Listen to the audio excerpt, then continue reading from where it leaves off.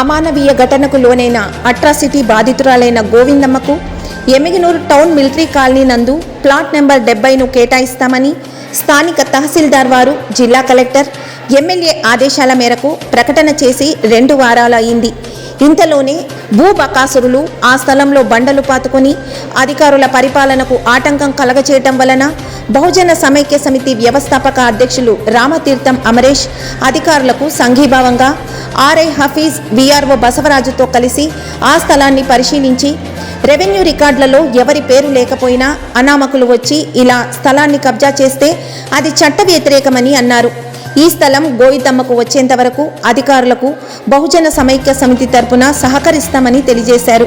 ఈ కార్యక్రమంలో బీఎస్ఎస్ అనుబంధ సంఘాలు, బహుజన సేనా సమితి రాష్ట్ర అధ్యక్షులు గడ్డం నాగేంద్ర, నవ్యాంధ్ర ఎంఆర్పీఎస్ నాయకులు కదిరికోట బతుకమ్మ, సుమాల చార్లెస్, బీఎస్ఎస్ నాయకులు ప్రసన్న కుమార్ తదితరులు పాల్గొన్నారు. 23వ సంవత్సరంలో ఎదకడూరు మండలం కల్లకుంట గ్రామానికి చెందిన దళిత మహిళ గోవిందమ్మకు అమానవీయ ఘటన జరిగి నేటికి సుమారుగా 3 సంవత్సరాలుగా వస్తుంది.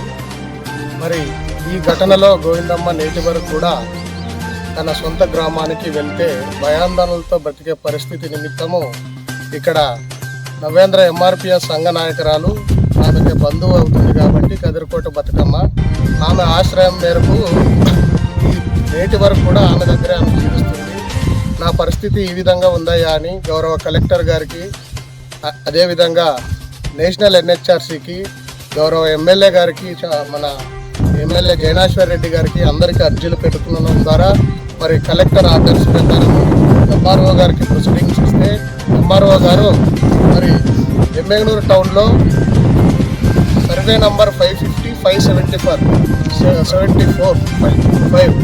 సర్వే నంబర్లలో ఇక్కడ శిల్పా ఎస్టేట్ ఈ కాలనీ నందు మరి మిలిటరీ కాలనీ నందు ప్లాట్ నంబర్ 70ని ఈరోజు పరిశీలించి మరి వారి యొక్క రెవెన్యూ రికార్డులను పరిశీలించి, అదేవిధంగా అక్కడ ఎవరికైనా అక్కడ గతంలో పట్టా ఇష్యూ చేసినామా లేకపోతే పొజిషన్ ఇష్యూ చేసినామా ఇవన్నీ రికార్డులను పరిశీలించి ఏమి లేకుండా ఇక్కడ వేకేట్ ప్లేస్ ఉంటే ఈ వేకేట్ ప్లేస్ని గత నెల నుంచి బాగా అబ్జర్వ్ చేసి అనేక నోటీసులు, సచివాలయాలకు నోటీసులు ఇచ్చి మరి పత్రికాముఖంగా కూడా 70 నంబర్ ప్లాట్ను గోవిందమ్మకు కేటాయిస్తాము ఎమ్మెల్యే గారి ఆదేశాల మేరకని మన తహసీల్దార్ గారు కూడా పత్రికాముఖంగా తెలియజేశారు.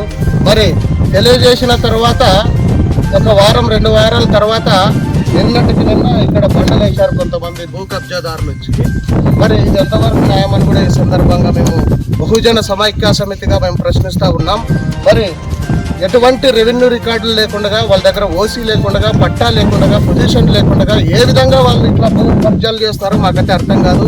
ఇక్కడ ఆర్ఐ గారు ఉన్నారు, విఆర్ఓ గారు ఉన్నారు, అందరూ రెవెన్యూ రికార్డుల ద్వారా మరి ఎమ్మెల్యే గారి ఆదేశాల మేరకే చేస్తున్నాము. మరి ఇటువంటి కబ్జాదారులని పైన తక్షణమే చర్యలు తీసుకోవాలా.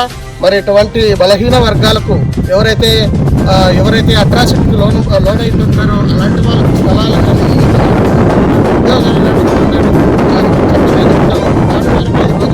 ప్రభుత్వాలు కేటాయిస్తున్నాయి. మరి గోవిందమ్మకు ఖచ్చితంగా ఈ ప్లాట్ కేటాయించేంత వరకు అవసరమైతే మేము అధికారులకు అండగా ఉంటూ మరి బండలు తీసించేంత వరకు మేము అండగా ఉంటామని కూడా తెలియజేస్తున్నాను. నా పేరు రామతీర్థం అమరేష్, బహుజన సమైక్య సమితి వ్యవస్థాపక అధ్యక్షుడు.